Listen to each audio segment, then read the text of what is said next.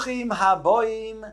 Welcome everyone. We're about to begin Be'ezras Hashem together on Daf Mem Vav Amid Beis. Starting with Daf Mem Vav Amid Aleph. 4 lines from the bottom at the new Mishnah. Our Mishnah discusses the mitzvah of challah, the obligation to be mafrish a portion of the dough.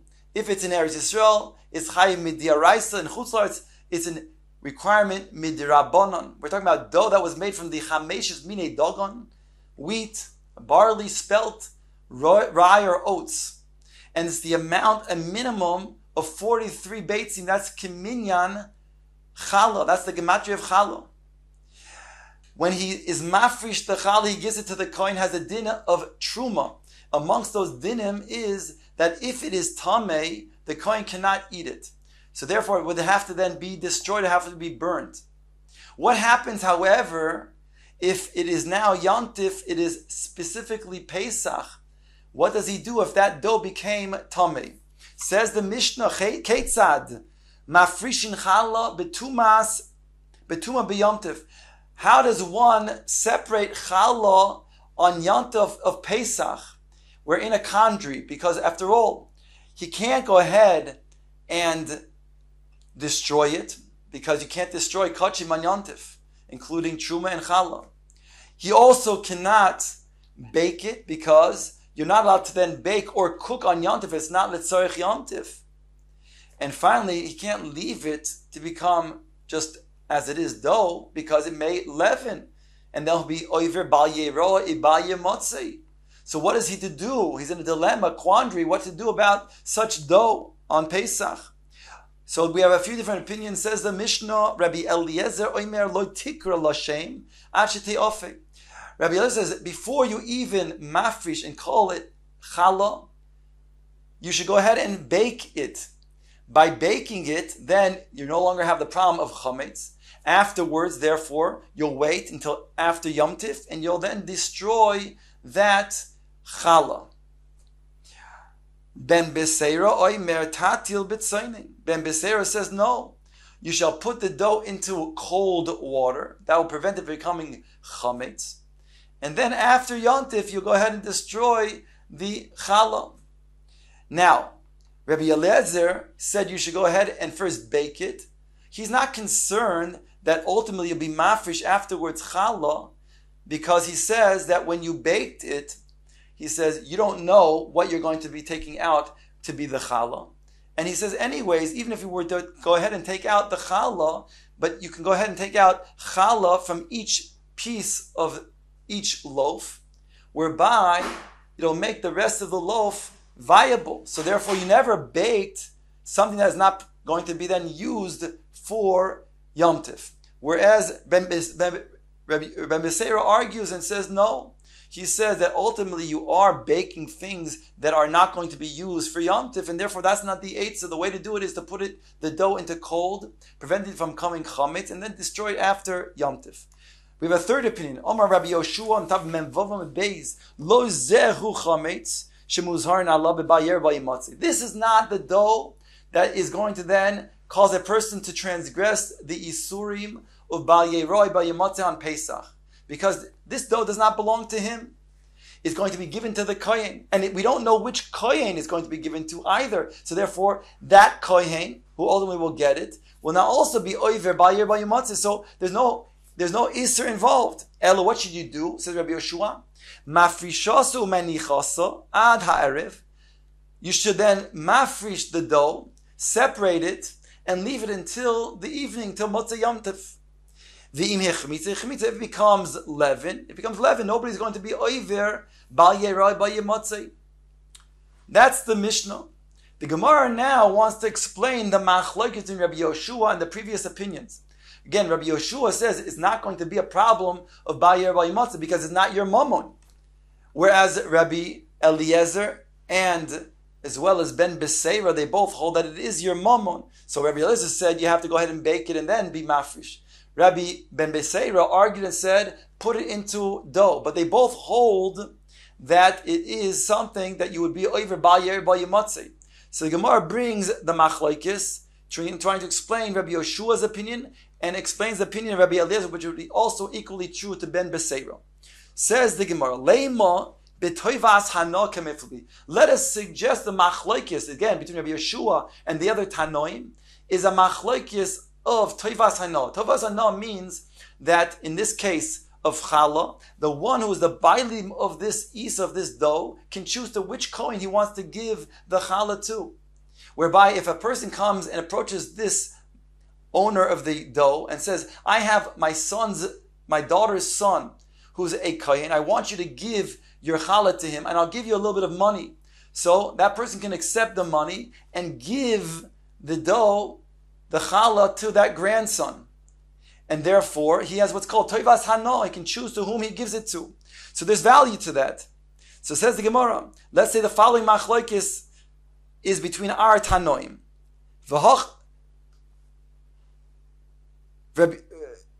Rabbi Eliezer savar toivas hana mamon. Rabbi Yeshua savar toivas hana eno mamon. Rabbi Eliezer holds that since he can go ahead and choose who he is giving to, and he will be getting a monetary benefit for it, therefore we'll look at the challah as being his monetary ownership.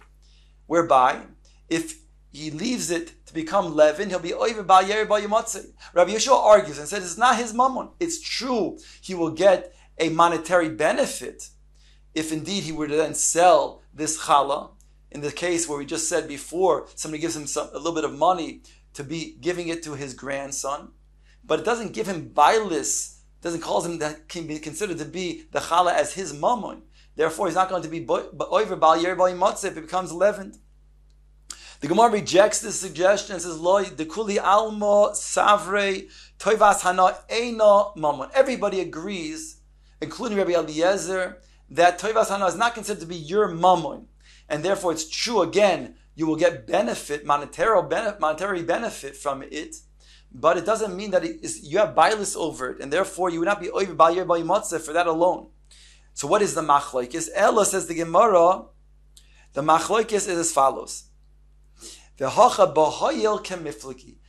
about the concept of hoyel. Hoyel means since. If you would then consider something else, then you could change the status of the current situation. And over here we're talking about a situation of challah, whereby a person was mafrish l'challah ayidei his dibur. That dibur is the same status as a neder, whereby if a person wanted to then retroactively uproot the neder, he can be shoyal on his neder by going to a chacham to be matir the neder, or he can go to a bezdin of at least 3 to be getting rid of to then take away that neder. So too over here, he can technically get rid of the challah, meaning to uproot, which was what he was mafrish once upon a time. It will then become tevel once again in his hands, whereby he'll be the bailim. So if you hold that you say the concept of hoyil, that means that it's your mammon. Since I could go ahead and be matir my hafrashas challah by then saying that to the chacham that he has a reason why he would not have made that hafrashas challah if he knew a certain prat. Therefore, that challah then is retroactively then taken and uprooted. It becomes now tevel in his hands, and therefore it's mammon in his hands. That's the way Gemara explains it now.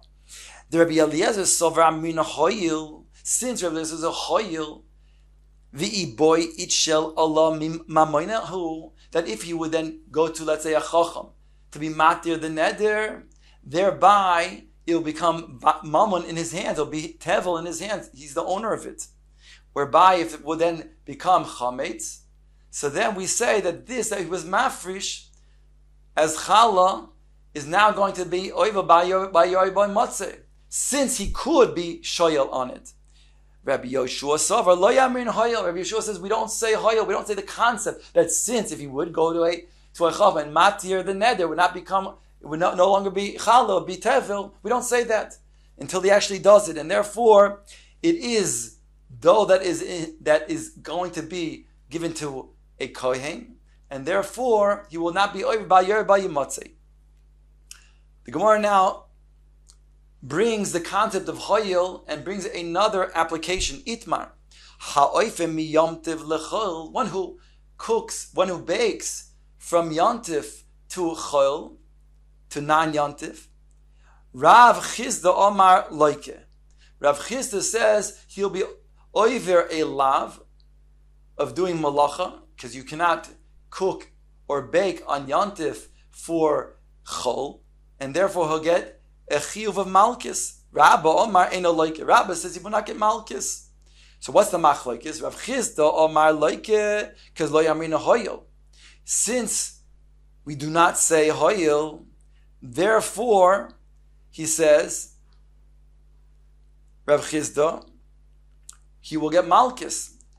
Lo yamrina hoyel mikloi le orchim chazile. We do not say that since we're talking about he already had his meals on Yantif. Now it's in the afternoon of Yantif after his meal, and now he goes ahead and bakes.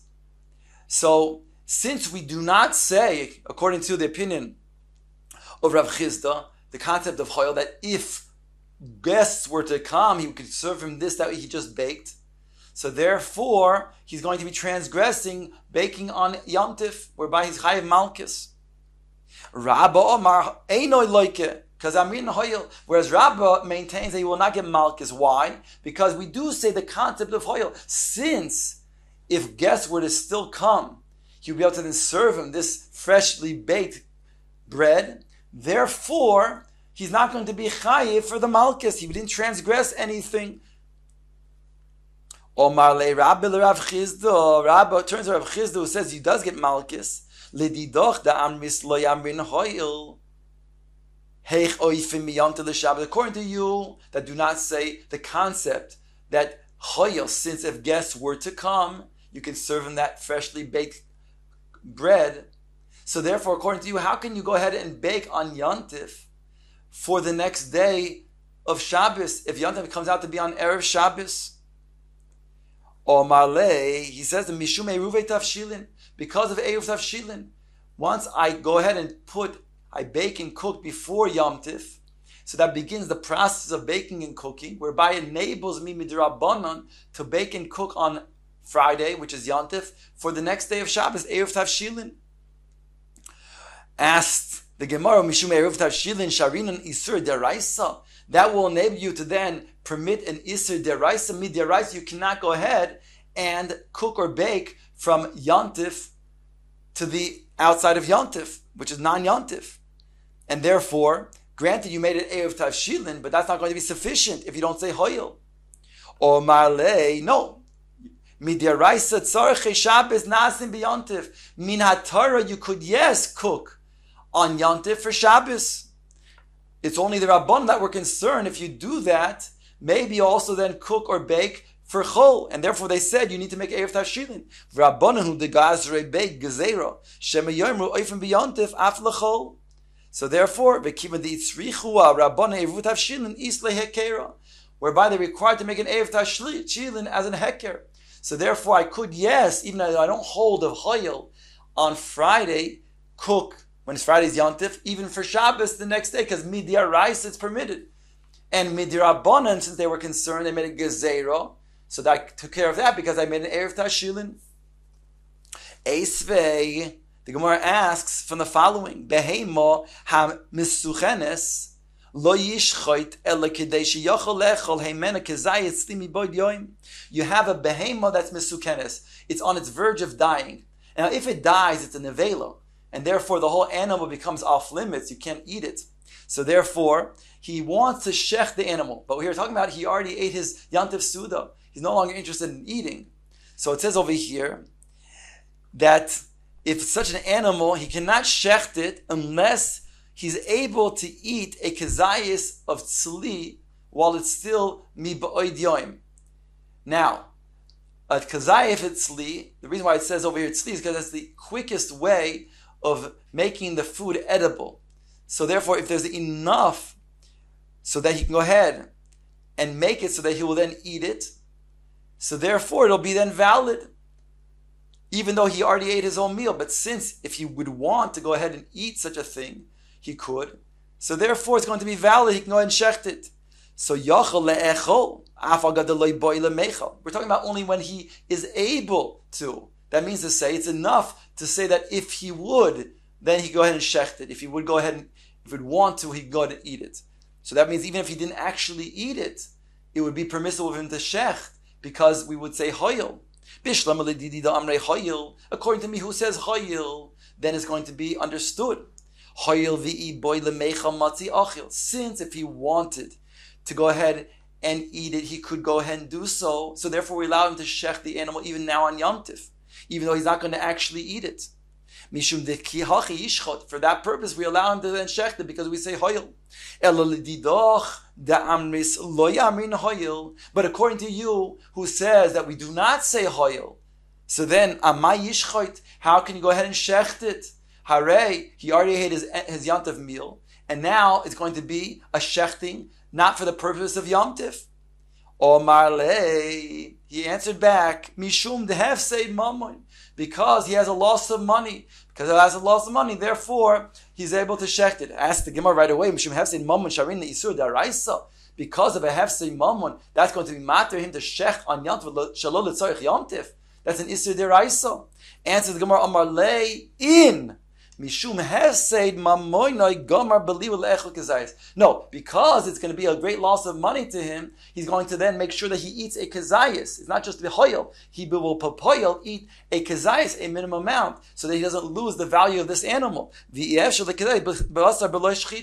cannot have a kezayis of basar unless you shecht it. So therefore he's permitted to shecht the entire behema misukenes on Yom Tif, even though he already ate his meal, because he will then go ahead and eat a kezayis of sli basar from this animal. So he's permitted to shecht it, even though he already ate a full meal.